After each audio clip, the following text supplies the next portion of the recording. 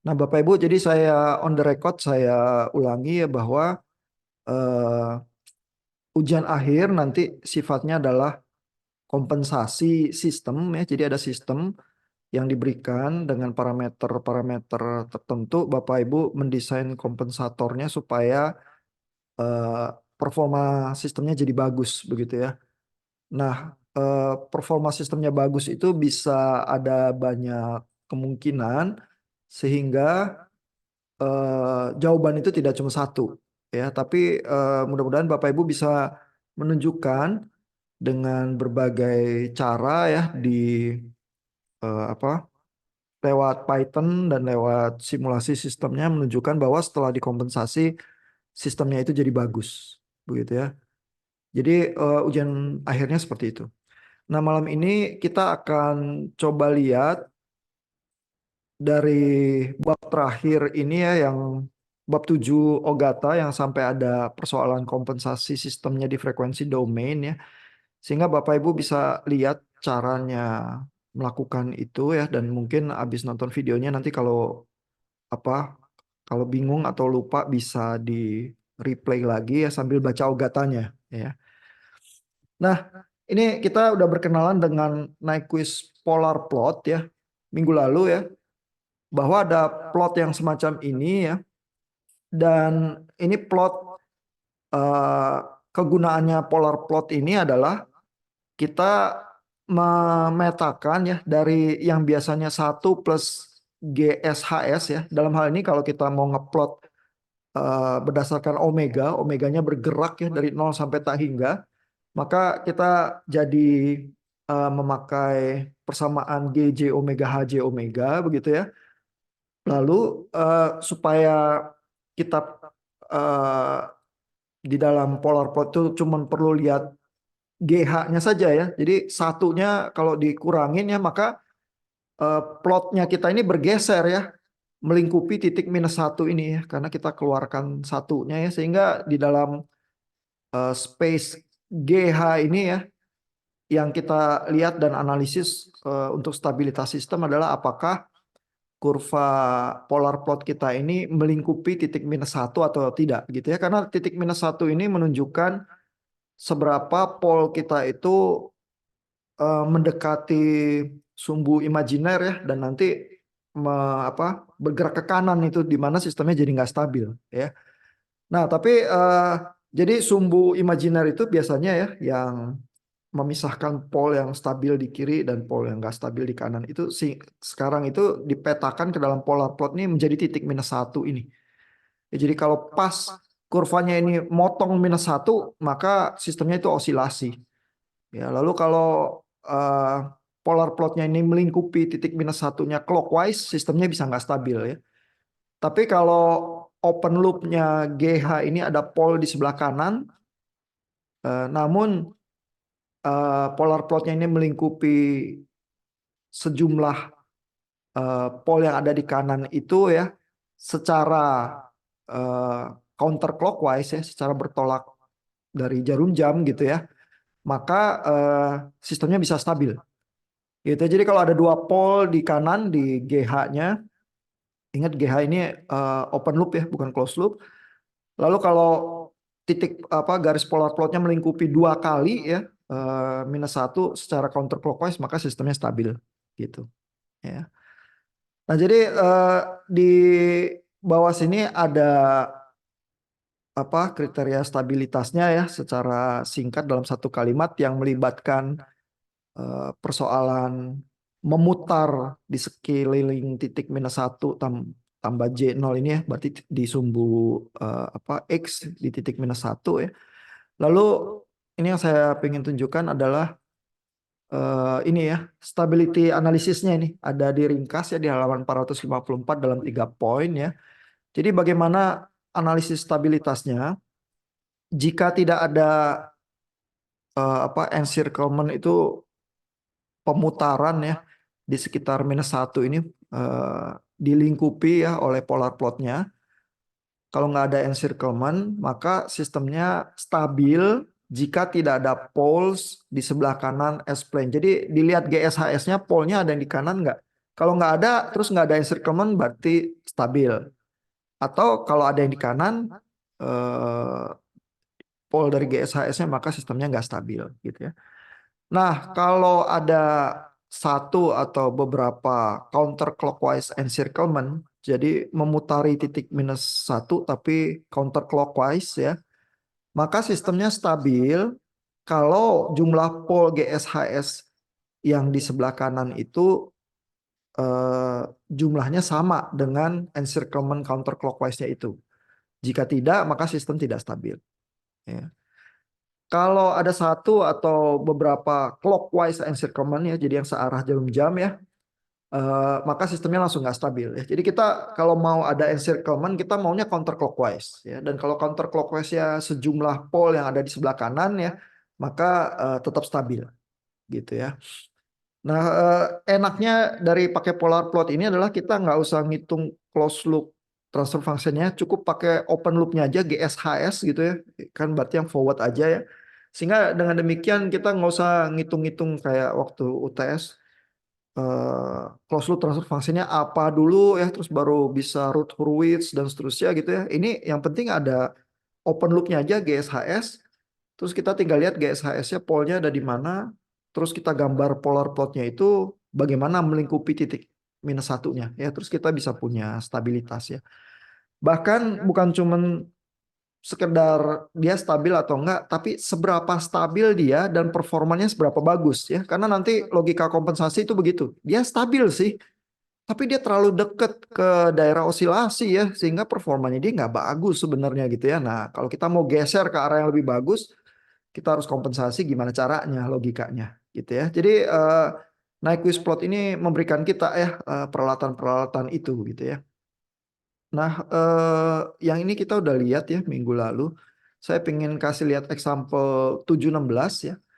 Ini ada GSHS-nya ya.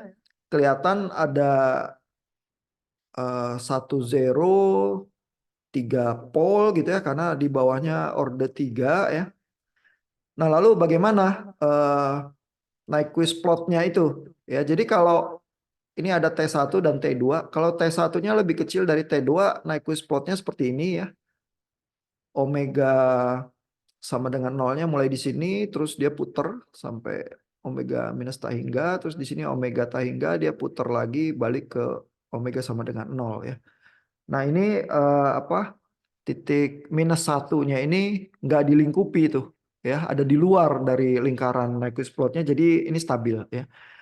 Tapi kalau pas T1 yang sama dengan T2, garis Nyquist plotnya ini nanti lewat di titik minus satu ya, maka sistemnya ini osilasi. Ya, jadi pas dia ingin nggak stabil. Lalu kalau T1-nya lebih besar dari T2 ya, lingkarannya ini melingkupi titik minus satu ya, dan melingkupinya itu clockwise ya, searah jarum jam ini ya, satu kali, terus dua kali yang luar, begitu ya, sehingga karena ada yang clockwise dua kali, maka dia tidak stabil, gitu ya. Jadi dengan merubah parameter ini T1 dan T2 ini, yang mana yang lebih besar ya, kita bisa dapatkan tiga kondisi ini ya, di mana kalau sebelah kiri stabil, sebelah kanan ini tidak stabil, terus di tengah ini berosilasi. Ya. Nah, ini contoh yang lain ya, example 718 ya, ada GSHS-nya itu juga. Nah, kali ini zero-nya ini di sebelah kiri ya, karena S plus 3, tapi ini ada S min 1, ini berarti akarnya kan plus 1 nih ada di sebelah kanan ya. Berarti ada satu pole ada di sebelah kanan, apa, di bagian positif begitu ya, sehingga ini ada potensi tidak stabil ya. Nah, tapi begitu digambar Nyquist plotnya ya, Nyquist plotnya kelihatan ini melingkupi titik minus satu satu kali counterclockwise ya, berlawanan jarum jam gitu ya. Dia muter satu kali kecil, terus muter lagi gede di luar, terus begitu ya. Tapi melingkupi titik minus satunya ini satu kali counterclockwise ya, sehingga sama jumlahnya dengan pole yang ada di sebelah kanan itu dari GSHS-nya, sehingga dia stabil. Ya, jadi pada sistem ini ya, ini adalah satu example di mana open loop sistemnya tidak stabil, kata Ogata ya, karena polnya ada yang di sebelah kanan. Menjadi stabil kalau yang terjadi adalah closed loop ya. Jadi Bapak Ibu ingat ya bahwa sebenarnya sistem transfer function yang benar-benar berfungsi di sistemnya itu kan closed loop transfer function karena kan selalu di feedback ya. Nah, tapi kita melihat stabilitasnya di Nyquist plot ini sebenarnya pakai open loopnya aja nih, GSHS saja ya. Terus dari Nyquist plotnya itu kita bisa menganalisis bahwa kalau jadi closed loop dia masih stabil atau enggak ya. Dan dalam hal ini walaupun ada poles yang di sebelah kanan, tapi karena ada encirclement ini berlawanan arah jarum jam satu kali, sejumlah pole yang ada di kanan itu satu ya. Jadi ini sistemnya stabil. Ya. Nah, jadi ini ada beberapa contoh analisis stabilitas ya sehingga menolong kita untuk kalau pakai Nyquist plot itu seperti apa. Nah, apa bedanya dengan root locus ya? Kalau root locus ya, dia tuh ngelihat sistem itu langsung di polnya itu ya kan, sehingga harus gambar root locusnya, terus kita bisa analisis apa sistemnya stabil atau enggak. Tapi kalau mau kompensasi ya, mungkin tuh agak sulit logikanya begitu ya, karena kompensasi itu kan kalau di transient response di time domain seperti yang soal UTS itu kita lihat bahwa kita pingin kesinya itu ya apa damping rasionya itu ya sekitar 0,4 sampai 0,7 lah. Atau kalau 0,7 sampai 1 dia masih oke lah, masih apa steady state errornya bagus, terus responsnya cukup cepat. Tapi kalau di atas 1 overdamp gitu, dia jadi lambat responnya.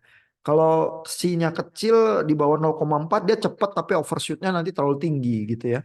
Nah jadi ada range itu ya. C itu tuh yang diatur ya sama omega N, omega D-nya ya di time domain. Sehingga respons kita itu agak bagus begitu ya. Nah, tapi kalau lihat root locus terus kita berusaha kontrol gitu ya polnya sebagaimana gitu ya supaya respon sistem kita bagus itu agak agak sulit ya ini logikanya ya. Nah, kalau kita di frekuensi domain ya terus ngelihatnya naik quiz plot atau Bode plot ya kita bisa tuh punya logika itu ya. Kalau naik quiz plot kita atau Bode plot kita geser ke arah tertentu ya respons kita tuh lebih bagus begitu ya. Sehingga ini ada keuntungannya nih nanti kalau melakukan kompensasi di frekuensi domain bisa apa bisa punya logikanya ya dan bisa aja dibuktikan dengan root locus tertentu terus transient response di time domainnya juga ternyata beneran bagus gitu ya. Nah, di halaman 458 ini ya, ini ada satu gambar yang memperlihatkan.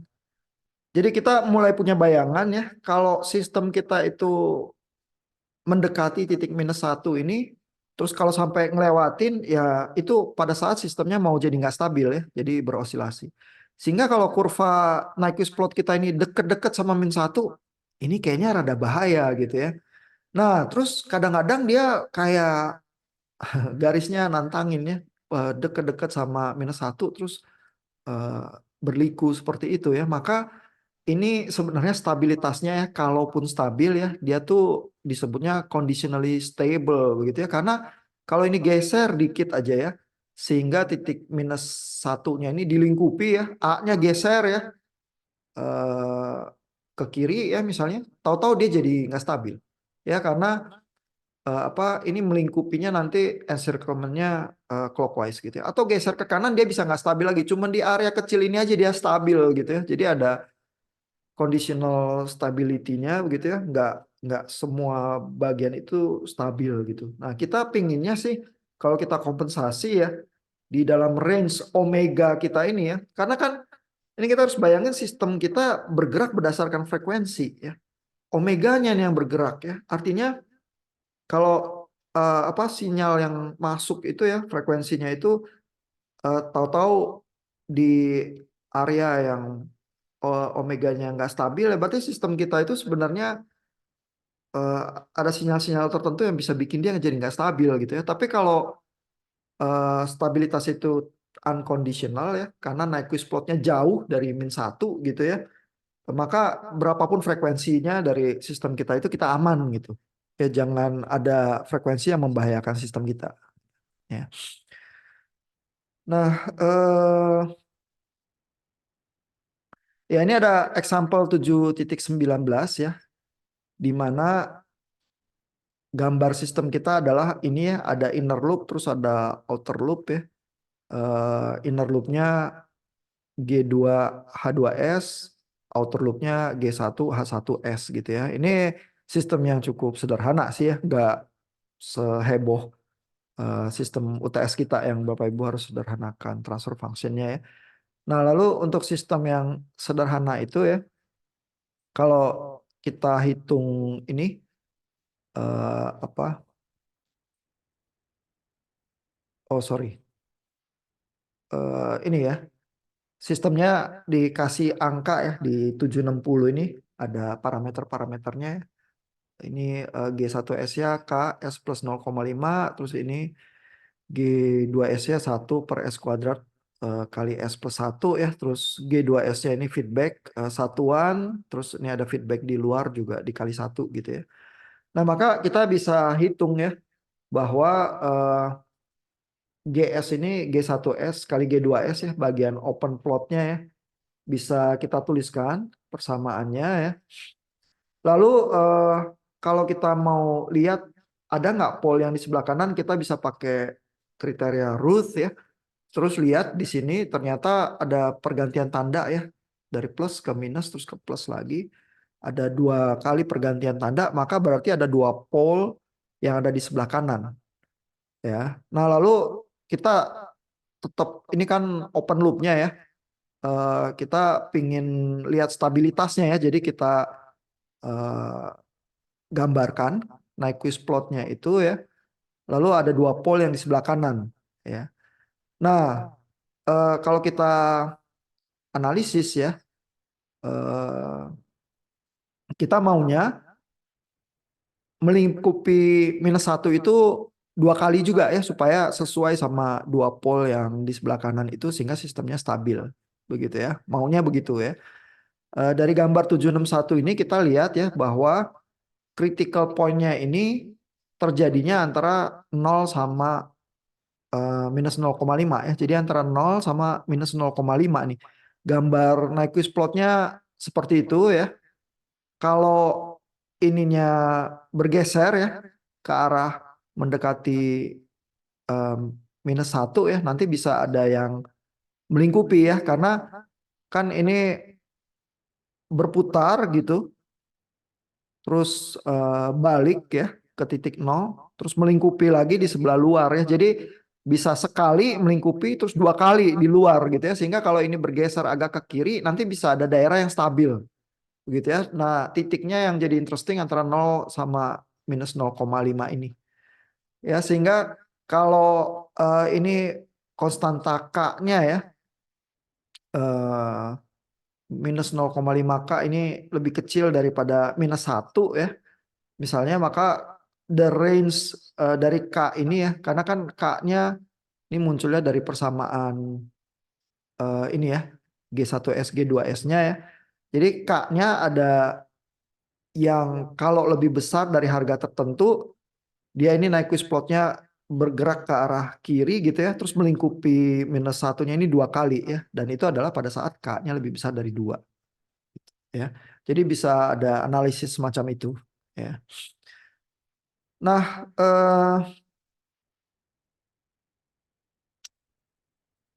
ya, jadi kita udah tunjukkan ya bisa ada analisis stabilitas dengan Nyquist plot. Lalu di sini ada sedikit komentar juga ya, bahwa sistem itu ya, kalaupun sistemnya closed loop seperti ini G dan H ya, selalu bisa diubah menjadi sistem feedback dengan feedbacknya satuan gitu ya. Terus H-nya ini geser menjadi GH dan keluar di sini seper H gitu ya. Sehingga kalau analisis Nyquist plot itu untuk open loop G kali H dengan ininya satuan gitu ya, feedbacknya ya, selalu dari sistem manapun yang sistem standar closed loop transfer function ini bisa dirubah jadi feedback satuan gitu ya. Jadi nggak ada masalah ya untuk melakukan Nyquist plot analisis gitu. Nah, ini figurnya ini mungkin jadi penting ya, karena Bapak Ibu pingin bisa membayangkan ya, kalau saya ini di apa di ruangan Laplace transform ya, ruangan S gitu ya. Terus saya kan punya sigma ini bilangan realnya sama imajinernya J omega begitu ya. Saya punya kuadran yang seperti ini yang biasanya kalau untuk analisis root locus kita lihat polnya di mana, terus kita bisa lihat stabilitas gitu ya. Nah, kalau kita melakukan Nyquist plot ya, lalu kita cuman lihat apa forward loopnya aja, open loopnya aja ya. Ini apa kurva ruangan G gitu ya, G plane gitu ya. Maka yang kita plot itu Nyquist plotnya ya, itu ada padanannya nih dengan yang di sebelah kiri ini ya. Kalau kita lihat ya di sini digambar kayak kotak-kotak kayak jaring-jaring gitu ya. Terus kita lihat ada bagian yang dimana sigmanya konstan, tapi ada bagian di mana omeganya konstan ya. Nah, jaring-jaring itu kalau digambarkan ke dalam Nyquist plot jadi kayak gini. Ya, di mana ini ada omega yang konstan ini ya, omega 1, omega 2, omega 3, omega 4 yang harusnya garis horizontal ini ya. Jadi dia kayak jaring gitu ya yang bergerak terus bisa melingkupi titik minus satu. Sedangkan titik sigma konstannya ini ya, ini kayak jaring yang apa melengkung ini ya di titik sigma 1, sigma 2, sigma 3 dan seterusnya. Gitu ya, sehingga kita tuh ada mapping ya apa yang kita lihat di root locus ya di apa ruangan transformasi Laplace S ada padanannya ya dengan open loop Nyquist plot ini ya dan padanannya seperti itu ya.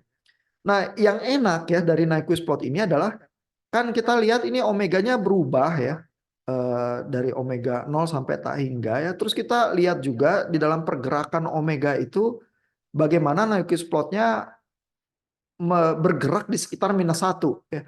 Kalau dia deket banget sama minus satu ya sehingga agak berbahaya karena kalau kena minus satu kan osilasi ya.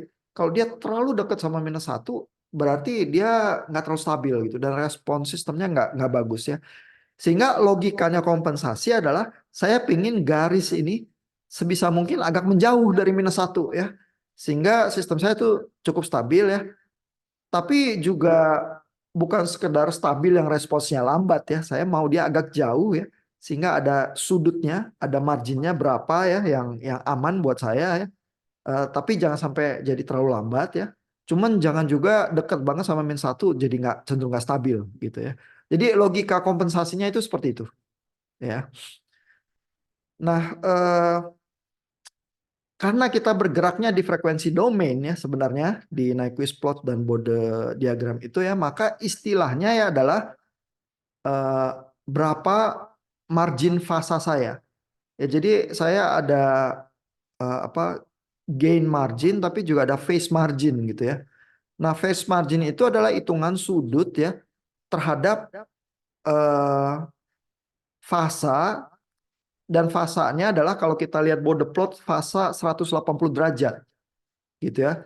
Jadi gamma ini phase margin ini 180 derajat tambah V.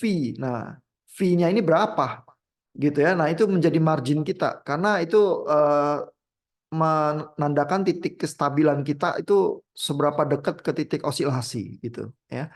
Nah, ini ada ilustrasinya nih yang menolong ya untuk kita melihat ya konsep itu ya. Jadi gambar 767 ini ya. Di bagian atas tuh kita lihat Bode diagramnya. Ya, yang sebelah kiri ini kalau dia gain margin dan phase marginnya ini positif ya, ini sistemnya stabil. Ya, jadi Bapak Ibu melihat stabilitas dengan Bode diagram adalah kapan gainnya jadi nol ya, dibandingkan fasanya menjadi minus 180 derajat. Gitu ya. Jadi kalau ada apa si gainnya menjadi nol ini duluan gitu ya, ada marginnya terhadap fasanya ini minus 180 derajat ya. Jadi kita ada margin yang positif ini ya. Jarak di mana dia menjauhi ketidakstabilan gitu ya. Tapi kalau ternyata fasa 180 derajatnya ini duluan, terus gainnya ini belakangan ya, gain 0 dB-nya ini ya, maka margin kita itu negatif. Kalau negatif artinya sistem kita nggak stabil ya. Nah, begitu dia berhimpit ya pada saat itu osilasi sistem kita. Ya, jadi kita tuh bisa punya bayangan ya. kalau kita lihat bode plotnya misalnya ya, wah, misalnya kita dapatnya yang ini, ya, wah, sistem kita nggak stabil nih. Tapi kan kita punya bayangan ya, ininya ya, garis gain ini harus digeser ke kiri atau ke kanan, gitu ya. Nah, itu langsung kita punya bayangan kompensatornya tuh. Dan kalau kita punya diferensiator ya, lead kompensator istilahnya ya, itu tuh menambah mode plotnya biasanya geser ke kanan kalau lead kompensator itu. Ya, bandwidthnya jadi lebih gede. Ya, karena dia gain 0 dB-nya ini lebih ke kanan gitu ya. Tapi kalau kita tambahin lag kompensator dia lebih ke kiri gitu ya. Jadi kita punya bayangan nih kalau kita mau kompensasi itu ke arah mana.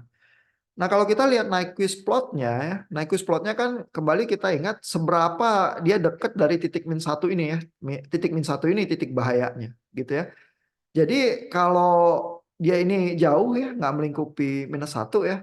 Terus kita punya gain margin ini, V ini yang digambar di sini ya. Karena eh, marginnya itu terhadap fasa minus 180 derajat ini kan yang bagian negatif ini ya. Jadi V ini sudutnya begini nih ya terhadap titik ini ya di Nyquist plotnya ya. Nah kalau ini marginnya positif. Ya. Tapi kalau tiba-tiba bergeser ya, misalnya karena parameter tertentu Nyquist plot kita ini malah melingkupi minus satu ya, sedemikian ya, geser ke arah sana, maka fasanya kita ini jadi negatif nih, negatif phase margin ya. Nah, eh, terus ke titik ini, titik Nyquist plotnya 0 gitu ya, ini juga negatif gain margin ya. Sehingga kita tuh sistemnya nggak stabil gitu. Terus kita maunya sebisa mungkin Nyquist plot kita ini lebih menunduk begitu ya. Nah, kalau dia lebih menunduk, dia lebih jauh dari titik minus satu ini lebih stabil. Ya.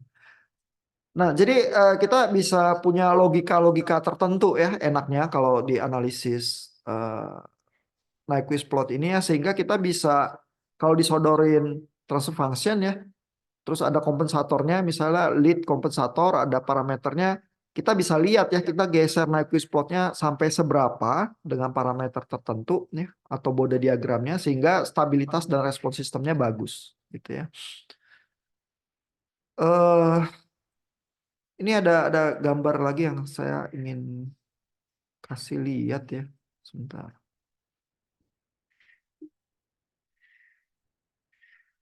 Ini ada satu konsep ya yang disebut dengan constant magnitude loci ya, atau M circles ya. Jadi kalau ada apa transfer function GJ omega ya, bentuknya kompleks ya, X tambah JY gitu ya. Kita bisa lihat di mana besarannya ya, nilai absolutnya itu konstan gitu ya. Dan bentuknya tuh lingkaran ya kalau digambar ini. Ya, dan di bagian ini ada keterangan ya terhadap tendensi dari lingkaran-lingkaran ini di mana magnitud dari GJ omega kita itu konstan gitu besarannya begitu ya. Nah, kalau kita lihat ya kalau M-nya lebih besar dari satu ya, dia lingkarannya ini makin makin ke kiri. Nah, lingkaran-lingkaran ini nanti jadi penting ya kalau Nyquist plot kita itu menyinggung salah satu lingkaran ini. Kalau lingkarannya gede, dia cenderung lebih stabil sih. Karena Nyquist plotnya nanti lebih nunduk ya, nyinggung lingkaran itu di sebelah bawahnya ya. Tapi kalau lingkarannya kecil, nanti Nyquist plot kita nyinggung lingkaran kecil ini jadi dekat ke titik minus satu ini jadi membahayakan stabilitasnya. Ya. Nah, lalu M-nya ini kalau M-nya kurang dari satu ya, M circles-nya ada di sebelah kanan nih bahkan gitu ya. Jadi ada M nilai tertentu menghasilkan M circles dengan tendensi tertentu ya. Makin apa lebih besar dari satu dia ke kiri gitu ya. Tapi kalau membesarnya ini 1,2, 1,3, 1,4 sampai 2 ya, makin besar lebih besar dari satunya jauh ya dia mendekati titik minus satu ini nih. Jadi agak berbahaya lagi. Kalau kecil dia agak ke sebelah kanan ya. Nah, kita coba lihat sedikit logikanya kalau kompensasi ya. Jadi eh, ini saya lewatin ya. Tapi saya menyebut sedikit ya apa substansi dari subbab yang ini ya. Si Ogata tuh bilang tentu kita bisa aja sih ngitung transfer function system pakai matematikanya dan sebagainya ya. Kalau ada gambar blok diagram, ada persamaannya dan seterusnya gitu ya. Tapi mungkin pada kehidupan kenyataannya kita tuh disodorin sistem, nggak ada persamaannya ya. Terus kita harus ukur ya, dia transfer functionnya seperti apa. Nah, cara mengukurnya tuh ada ya.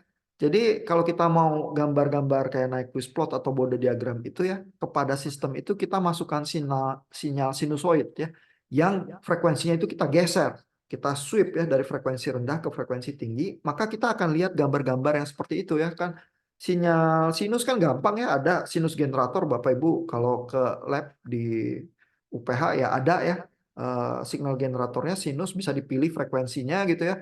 Terus kalau kita punya sistem kita masukin aja sinyalnya kita sweeping ya frekuensinya bergerak dari yang kecil banget ya mendekati nol sampai yang gede sekali ya mendekati tangga. Terus nanti kita punya plot itu ya Nyquist plot atau Bode diagram ya karena Bode diagram dan Nyquist plot itu logikanya adalah itu sinyal dari sistem yang bergerak frekuensinya dari omeganya yang kecil sampai omeganya gede gitu ya. Jadi kita tuh bisa ngambil ya eh, apa parameter sistem dengan cara diukur. Ya nggak mesti dihitung ya karena kan kadang-kadang kita disodorin black box gitu ya terus kita mesti tahu parameter sistemnya ya kita ukur gitu ya ngukurnya caranya pakai signal generator gitu ya.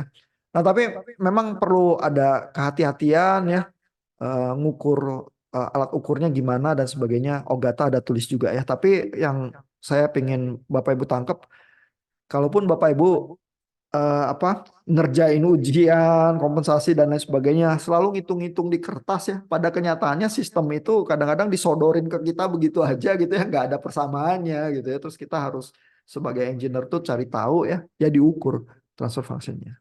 Gitu ya.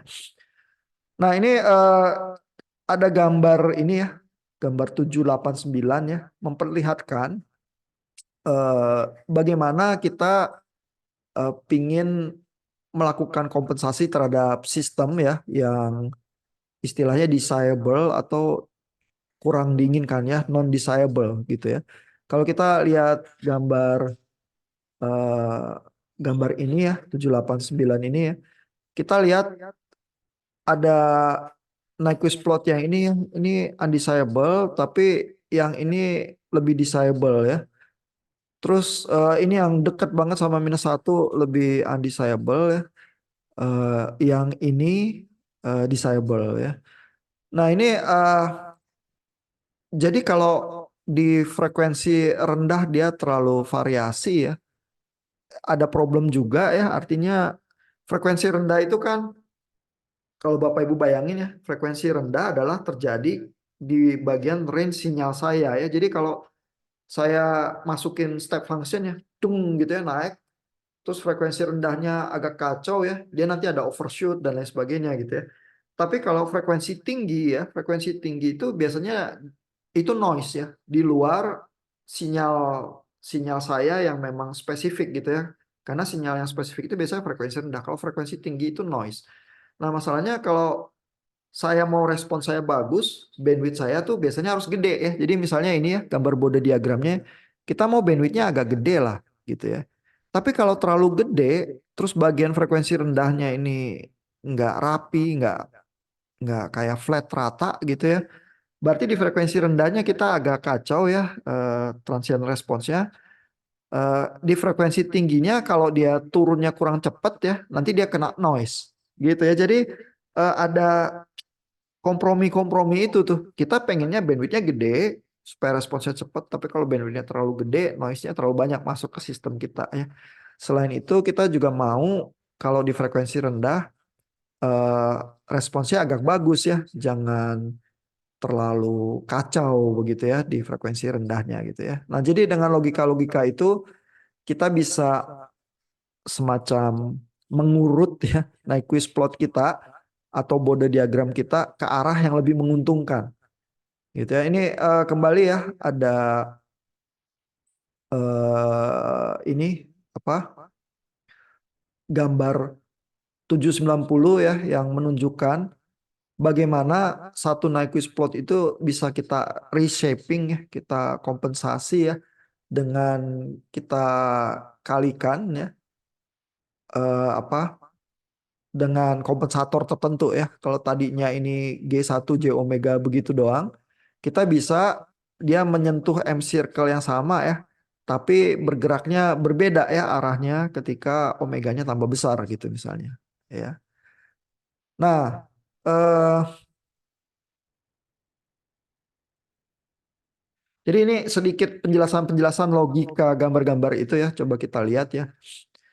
Ini Ogata bilang, the gain in the low frequency region should be large enough ya. Jadi di bagian frekuensi rendah, pinginnya gainnya besar ya. Karena eh, misalnya ini ya, ini kelihatan Nyquist plotnya gainnya besar ya. Karena kan amplitudo ini adalah gainnya ya. Kalau ini gainnya kecil ya, terus mengecil ke sini ini kurang menguntungkan ya. Ini juga bode diagramnya kalau eh, naik ke atas ini berarti besar, kalau yang turun ke bawah ini terus ini nuki ke bawah ini berarti gainnya kecil gitu ya. Jadi kalau di frekuensi rendah gainnya kecil ya, berarti sinyal kita nanti kena ya. Nah, tapi kalau di bagian crossover ya, pas dia mau jadi nol gainnya ya, artinya setelah itu ke kanan itu noise ya, kita mau turunnya cukup cepat gitu ya. Kalau dia turunnya cukup cepat ya, noise kita nggak masuk ya. Itu maunya turunnya itu besarannya minus 20 dB per dekade ya. Itu artinya ya linear lah, tapi cukup cepat gitu ya. Nah, di slope should extend over a sufficiently wide frequency. Maunya agak lebar frekuensinya ya, supaya ada phase marginnya cukup baik ya. Tetapi for the high frequency region, the gain should be attenuated as rapidly as possible to minimize the effects of noise. Tapi di daerah frekuensi yang di luar yang lebih tinggi lagi ya, ini turunnya mau cepat ya supaya noise itu nggak ikut masuk ke sistem kita.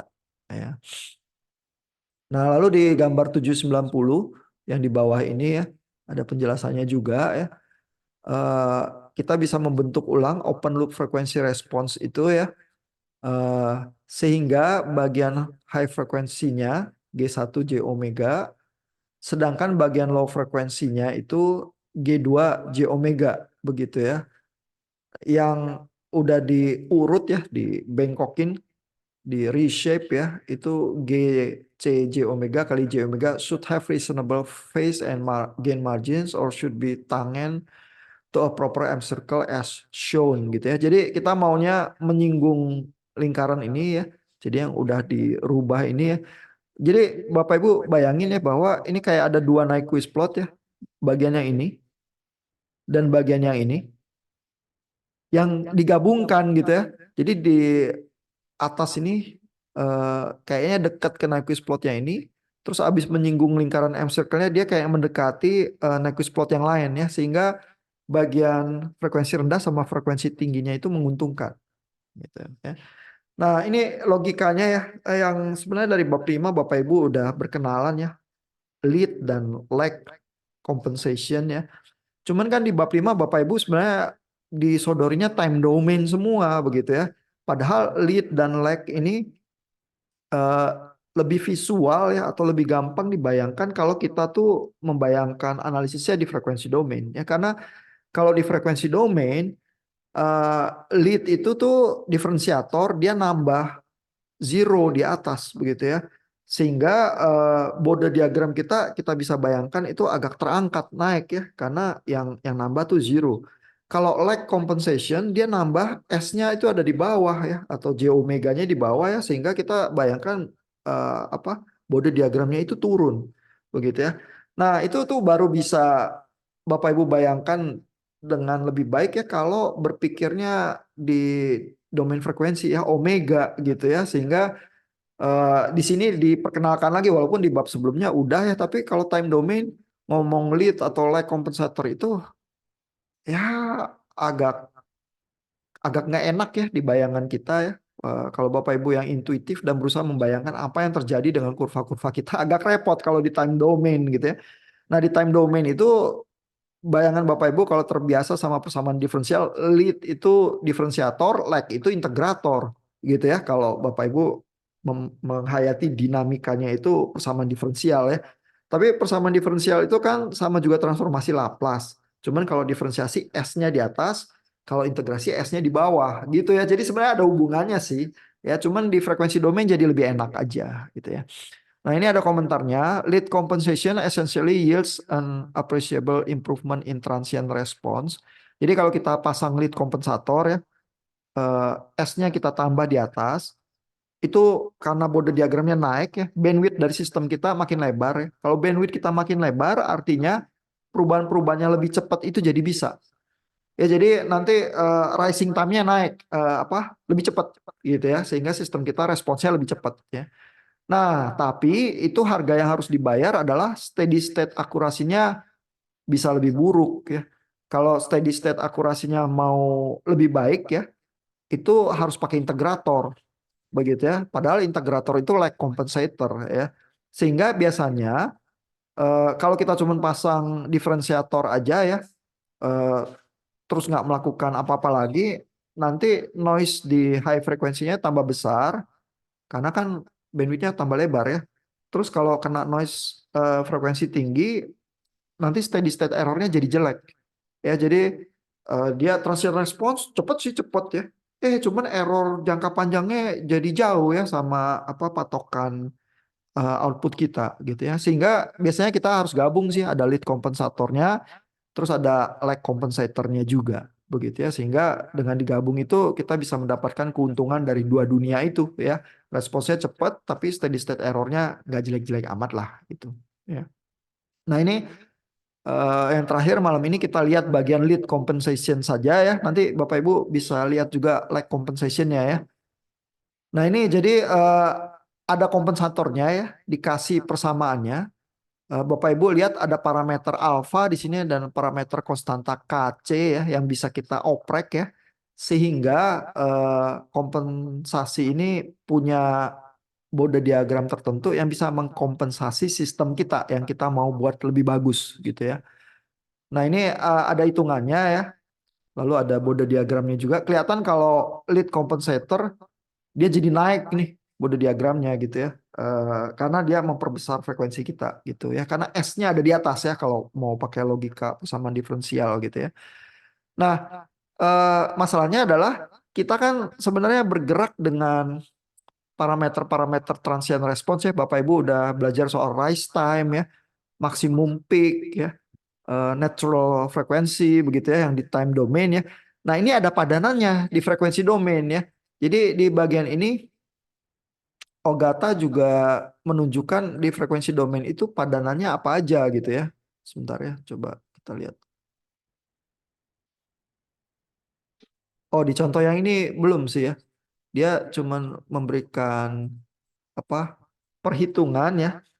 eh Kompensatornya ini Kak sama alfanya bagaimana nentuinnya ya. Enaknya seperti apa gitu ya. Nah, ini ada hitungannya ya. Lalu yang diatur ya adalah supaya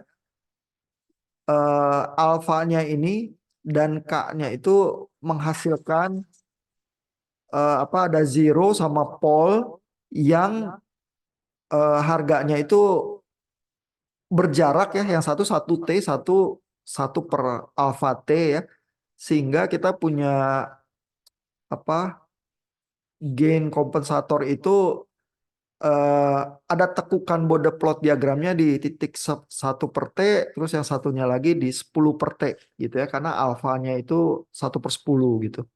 Ya, jadi kita tuh ngatur bode diagramnya menghasilkan tekukan tertentu gitu ya, karena tekukan ini kalau di dalam logika bode diagram, di dalam frekuensi domain, karena itu logaritmis ya, dB hitungannya, kalau kita pasangkan ke sistem kita itu tinggal dijumlahkan ya, karena kan eh, perkalian itu sama dengan penjumlahan ya kalau di logaritmik gitu ya. Jadi dengan logika Bode diagram itu jadi enak tinggal dijumlahin aja gitu ya.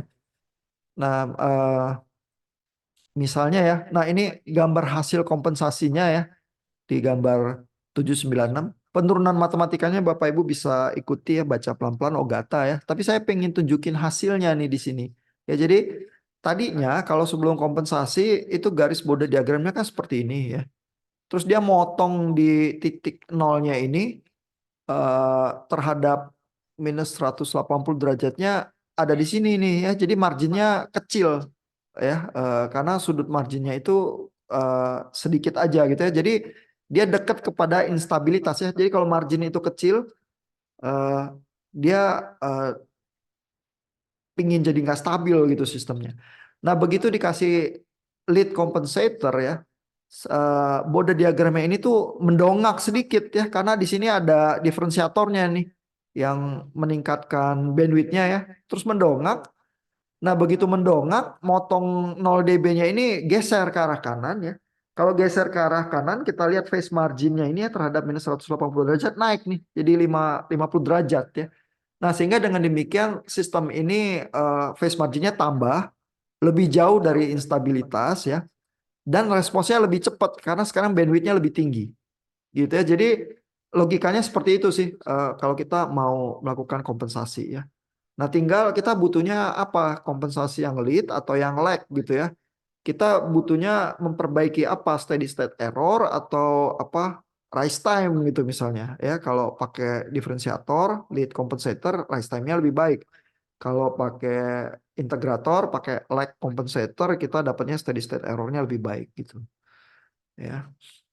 Nah ini Nyquist plotnya juga bisa kelihatan ya yang udah dikompensasi dan eh, yang uncompensated itu seperti apa begitu ya. Yang ini setelah dikompensasi geser gitu ya. Nah, eh, ya ini gambar transient response-nya ya. Kalau yang uncompensated agak jelek responsnya.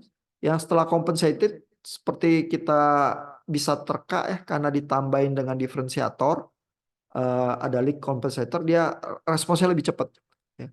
Selain itu, kayaknya langsung cepat juga masuk ke ini ya tanpa error yang besar gitu ya. Kalau yang uncompensated kan rada payah nih, steady state-nya juga lambat gitu ya. Nah jadi itu lead compensator ya, yang lag compensatornya Bapak Ibu bisa perhatikan dan baca sendiri ya. Eh, pada ujungnya kita tuh pengennya punya lag dan lead gitu ya supaya masing-masing problem itu bisa bisa kita selesaikan keduanya dan kita mendapatkan keuntungan dari dua-duanya gitu ya. Saya pengen tunjukin juga satu bagian ya sebelum kita berpisah yang menghubungkan parameter time domain dengan frekuensi domain ya. Itu interesting sekali ya. Karena Bapak Ibu kan bergeraknya dengan Bode diagram dan Nyquist plot itu kan frekuensi domain semua. Tapi Ogata ini ada yang menjelaskan parameter-parameter kayak maksimum peak, ya, rise time dan sebagainya yang ada di bab 5 ya. Itu ada hubungannya dengan parameter-parameter frekuensi domain. Bentar saya cari dulu ya di halaman.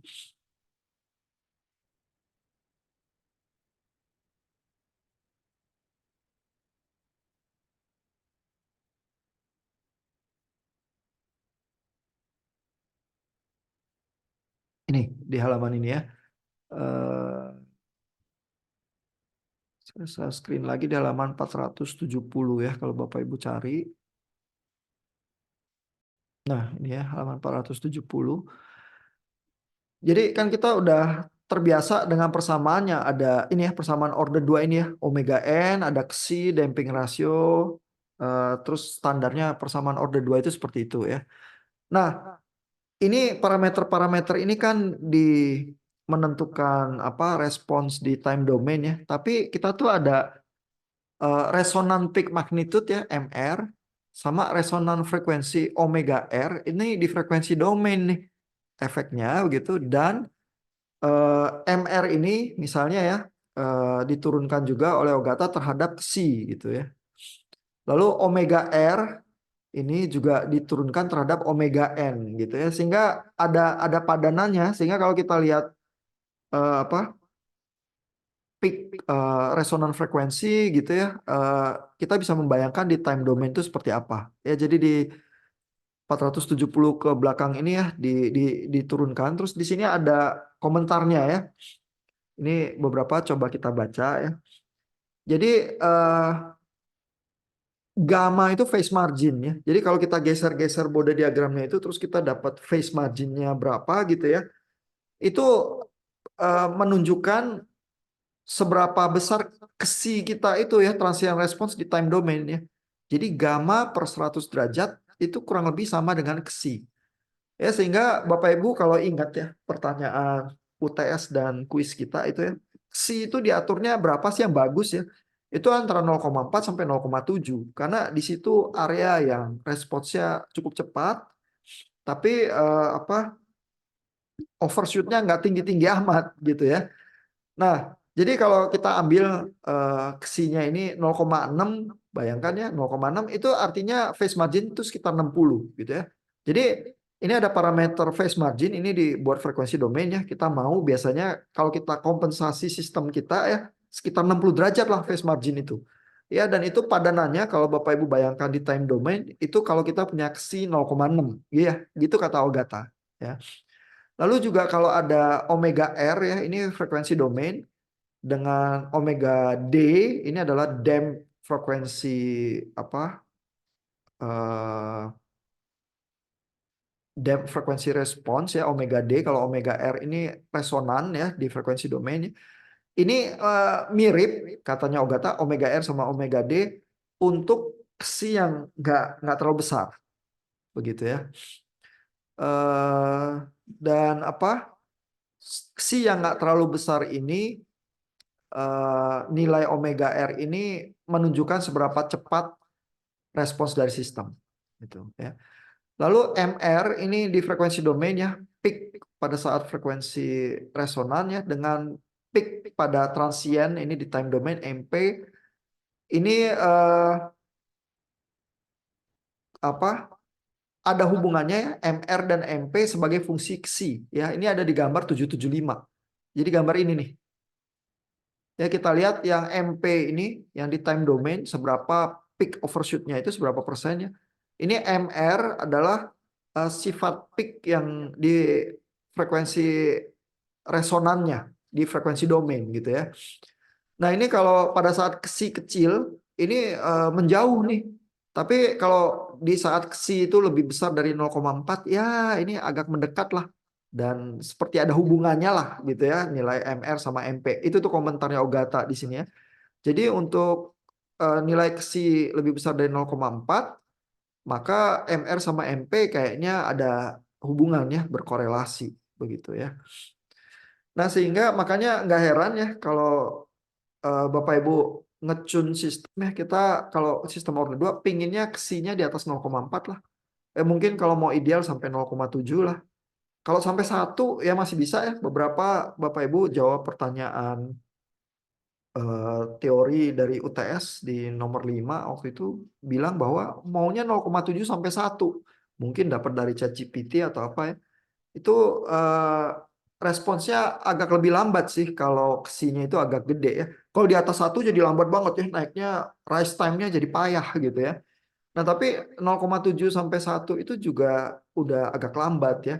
Kita maunya cepat dan itu lebih kecil kesinya. Tapi kalau terlalu kecil di bawah 0,4 dia nanti overshootnya terlalu gede ya. Jadi yang enak tuh 0,4 sampai 0,7 buat kalau Bapak Ibu kompensasi. Ya, sebenarnya seperti itu dan padanannya di frekuensi domain phase margin itu 60 derajat gitu ya. Nah, jadi logika-logika kompensasi ini sebenarnya muncul dan jadi lengkap di bab 7 ini nih karena Bapak Ibu belajar Bode diagram dan Nyquist plot ya. Nah, kalau bingung nanti Bapak Ibu lihat lagi ya recording video ini, baca lagi Ogata bagian-bagian detail yang belum sempat kita diskusikan ya. Dan untuk mengulang supaya Bapak Ibu tahu ya semua bahwa kita nanti ujian akhirnya sifatnya kompensasi sistem ya. Jadi Bapak Ibu disodorin sistem yang ada parameter K sama S-nya, terus buat sistemnya jadi bagus ya responsnya ya pakai ini logika kompensasi dari Bode diagram dan Nyquist plot ya. Dan terus nanti bisa juga dibuktikan dengan time domain response-nya ya atau pakai root locus silakan. Ya, jadi Bapak Ibu boleh pakai peralatan-peralatan ya, pakai Python untuk menunjukkan setelah dikompensasi sistem itu jadi seperti apa ya. Nanti soal ujiannya saya berikan kalau nggak minggu depan 2 minggu lagi ya. Jadi Bapak Ibu ada waktu 2 minggu atau lebih ya untuk memikirkan dengan kelompoknya bagaimana kompensasinya. Dan hasil sistem yang dikompensasi itu jawabannya yang benar bukan cuma satu. Ya ada range tertentu ya. Bapak Ibu boleh berargumen ya bahwa kompensator saya lebih bagus daripada kompensator tetangga gitu ya. Dan bagusnya kenapa? Ya, silakan ya berargumen itu, buat videonya, buat demonstrasi Python-nya, terus diterangkan gitu ya. Kalau Bapak Ibu merasa oh ngitung kertas juga saya bisa ya, ngapain pakai Python gitu ya, boleh aja ya.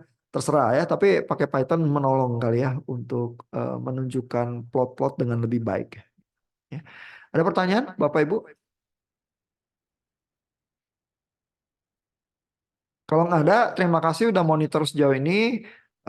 Jangan lupa ininya apa? Nanti lihat lagi recordingnya untuk belajar lebih detail lagi supaya bisa mecahin apa soal UAS-nya ya yang melakukan kompensasi terhadap sistem. Ya. Thank you Bapak Ibu yang udah monitor dan udah bergabung. Selamat menjalankan ibadah puasa.